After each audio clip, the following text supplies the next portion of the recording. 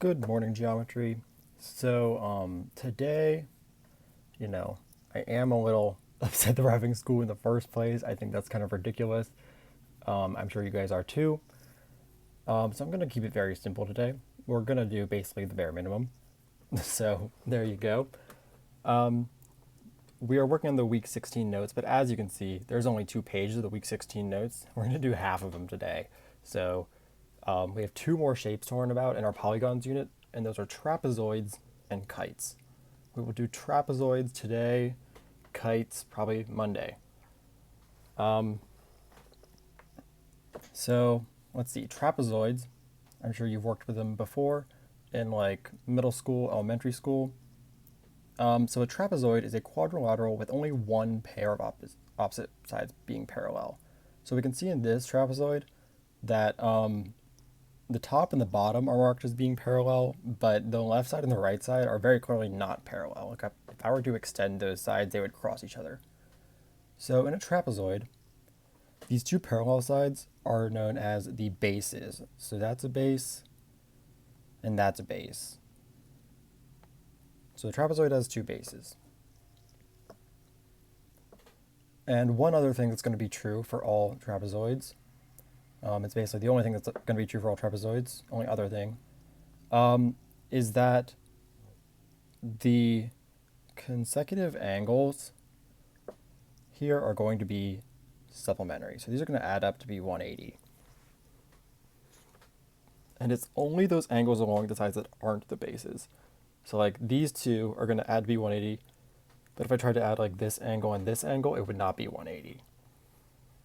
But this one and this one down here would be 180. And I can say the same thing here and here, that these two are going to add to be 180 as well. So those are going to be supplementary. So that's the fact, or one of the biggest facts about trapezoids that we need to know. Trapezoids are pretty simple to work with. And then we have this special type of trapezoid called an isosceles trapezoid. And we've worked with isosceles triangles before. An isosceles triangle has two sides of the same length.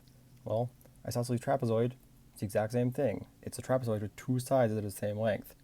Oh, I forgot to say, on a trapezoid, the two sides that aren't the bases are called the legs.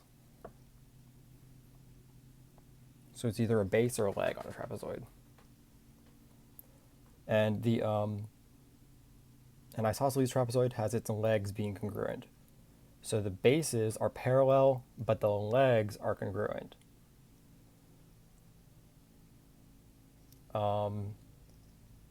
So just like with the regular trapezoid, I know that these two angles will add to be 180, and so will these two.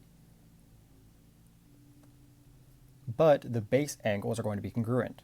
So the angles along the base, meaning that this angle here will be congruent to this angle here. And likewise, this angle here is going to be congruent to this angle here, because that is an angle along the base. That's going to be something that's true of all isosceles trapezoids.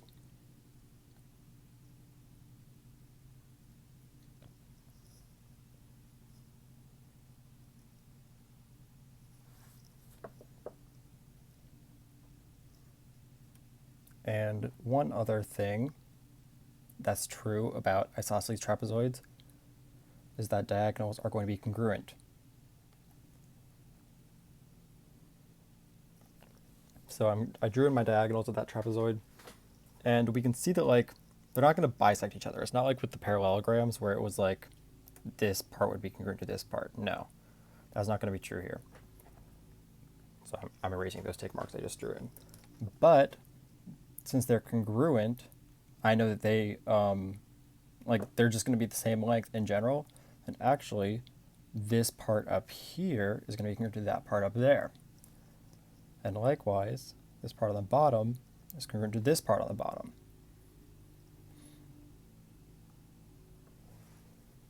And well, if I have this congruent part being added to like this congruent part down here, I know that it's going to be congruent to the other diagonal there. So the diagonals are going to be congruent, and like these parts along the bottom are congruent, these parts along the top are congruent. And those are the facts we're going to be using for trapezoids. Trapezoids are pretty simple to work with. So let's look at some examples of finding values within trapezoids. So I'm given a trapezoid here. I don't know if it's an isosceles trapezoid or not because those sides are not marked as being congruent, but I do know that those consecutive angles along the legs are going to be supplementary. So I know that they're going to add to 180. So I know that x plus 100 is going to equal 180. So if I subtract 100 from both sides, I'm going to get x equals 80. And I know that 50 plus y equals 180. So I subtract 50 from both sides. I'm going to get y equals 130.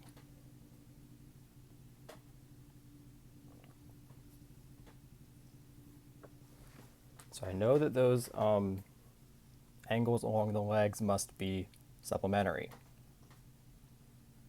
That goes for all trapezoids.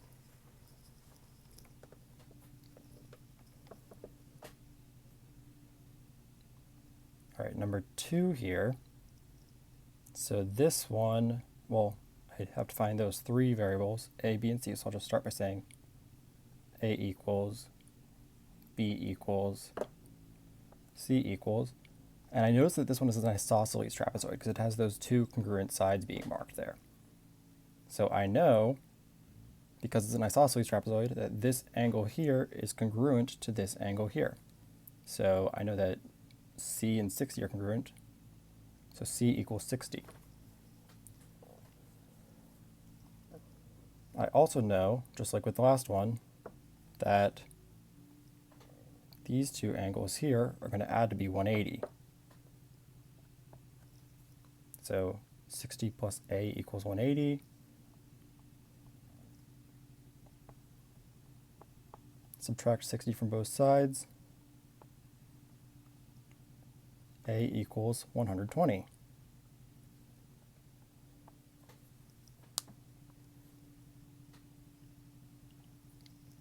And again, this is an isosceles trapezoid, so these base angles have to be congruent. So I know that this A is congruent to this B. Therefore, B equals 120.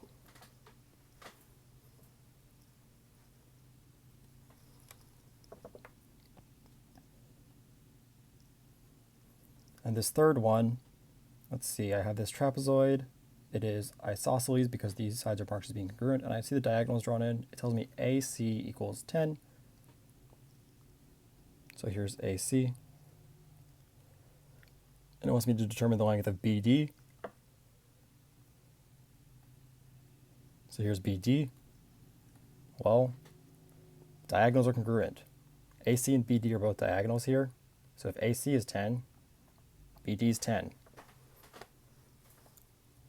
Simple. Okay. The other thing with trapezoids that is similar to triangles is that trapezoids have mid-segments. So calculating the mid-segment of a trapezoid, I'm going to show you guys how to do it right here. So the mid-segment, just like with a triangle, is a segment that connects the midpoints of the legs of a trapezoid. Whereas with a triangle, it was a segment that connected the midpoints of the legs of the triangles. We know the mid-segment is going to be parallel to both bases. So, like in this example here, I know that that's going to be parallel to that, which is parallel to that. And the length of the mid-segment is calculated using this. So it's 1/2 times B1 plus B2. B1 is going to be the first base, B2 is going to be the second base. So basically all that's saying is it's going to be halfway between the 2 bases.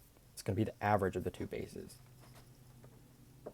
So for this one, my x is the midsegment. So I'm going to say x equals, and then I'll say 1/2. My b1 here would be this 8. My b2 here would be this 20. It doesn't matter which one's b1 or b2, as long as they're both bases. So I have x equals 1/2, 8 plus 20. Gonna do my PEMDAS. So x equals 1/2, 8 plus 20 is 28. And 1/2 times 28 is 14. So x equals 14.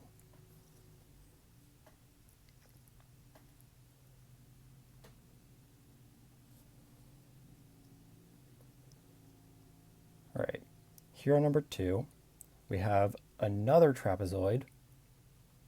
It's just rotated. So our bases here would be this 6x minus 1 and this 2x plus 11, and the mid segment is this 25, and it wants us to solve for x. So I'm going to say the mid segment, which is the 25, equals, so 1/2 base 1, so 6x minus 1, plus base 2, so 2x plus 11.